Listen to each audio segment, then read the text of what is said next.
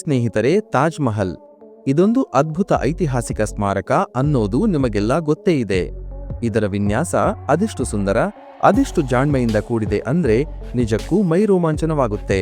ಅದರಲ್ಲೂ ಅದರ ಆ ಭವ್ಯವಾದ ಹಿಮದಂತೆ ಪ್ರಕಾಶಮಾನವಾಗಿ ಕಾಣುವ ರೂಪ ಇದೆಯಲ್ಲ, ಅದಕ್ಕೆ ಪ್ರಧಾನ ಕಾರಣ ಆ ಸ್ಮಾರಕದಲ್ಲಿ ಬಳಸಲಾಗಿರುವ ಶುದ್ಧ ಬಿಳಿಮಣಿಗಳು. ಇದು ನೋಡೋಕೆ ಎರಡು ಕಣ್ಣು ಸಾಲದು ಅನ್ನೋ ಅಷ್ಟರ ಮಟ್ಟಿಗೆ ಇದರ ಸೌಂದರ್ಯ. ಆದರೆ ಇದರ ಹಿಂದೆ ಒಂದು ಅಚ್ಚರಿಯ ಇತಿಹಾಸ ಇದೆ ಗೊತ್ತಾ? ವಿಷಯ ಏನಪ್ಪಾ ಅಂದ್ರೆ, ಎರಡನೇ ವಿಶ್ವಯುದ್ಧದ ಸಮಯದಲ್ಲಿ ನಮ್ಮ ಅಧಿಕಾರಿಗಳು ಈ ತಾಜ್ ಮಹಲ್ಗೆ ಒಂದು ಸಣ್ಣ ಕೆಲಸ ಮಾಡಿದ್ರು.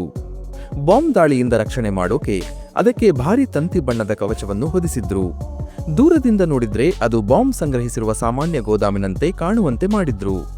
ಇದರ ಉದ್ದೇಶ ಒಂದೇ, ಶತ್ರು ವಿಮಾನಗಳ ಗೈಡ್ಗಳು, ಪೈಲಟ್ಗಳು ಸುಲಭವಾಗಿ ತಪ್ಪುದಾರಿಗೆ ಹೋಗ್ಲಿ ಅಂತ. ಇಲ್ಲಿ ಒಂದು ಸಣ್ಣ ಟ್ವಿಸ್ಟ್ ಇದೆ. 1942ರಲ್ಲಿ ಜಪಾನೀಸ್ ಏರ್ಫೋರ್ಸ್ನಿಂದ ಏರ್ ಸ್ಟ್ರೈಕ್ ಆಗುವ ನಿರೀಕ್ಷೆ ಇತ್ತು. ಆಗ ನಮ್ಮ ಸರ್ಕಾರ ಏನು ಮಾಡ್ತು ಗೊತ್ತಾ?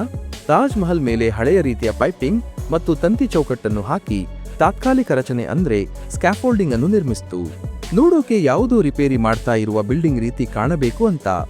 ಇಷ್ಟೇ ಅಲ್ಲ ಸ್ನೇಹಿತರೆ, ನಂತರ ಬಂದ 1965 ಮತ್ತು 1971ರ ಇಂಡಿಯಾ ಪಾಕಿಸ್ತಾನ ಯುದ್ಧಗಳ ಸಮಯದಲ್ಲಿ ಕೂಡ ಬಾಂಬರ್ ಪೈಲಟ್ಗಳನ್ನು ಮತ್ತೆ ದಾರಿ ತಪ್ಪಿಸೋಕೆ ಇದೇ ಸ್ಕ್ಯಾಫೋಲ್ಡಿಂಗ್ ತಂತ್ರವನ್ನು ಯೂಸ್ ಮಾಡಿದ್ರು. ಹೀಗೆ ಸೌಂದರ್ಯದ ಸಂಕೇತವಾಗಿರುವ ತಾಜ್ ಮಹಲ್ ಯುದ್ಧದ ಸಮಯದಲ್ಲಿ ತನ್ನನ್ನು ತಾನು ರಕ್ಷಿಸಿಕೊಳ್ಳಲು ಇಂಥ ಜಾಣ್ಮೆಯ ತಂತ್ರಗಳನ್ನು ಬಳಸಿತ್ತು. ನಿಜಕ್ಕೂ ಇದು ನಮ್ಮೆಲ್ಲರಿಗೂ ಗೊತ್ತಿರಬೇಕಾದ ಒಂದು ರೋಚಕ ವಿಷಯ ಅಲ್ವಾ?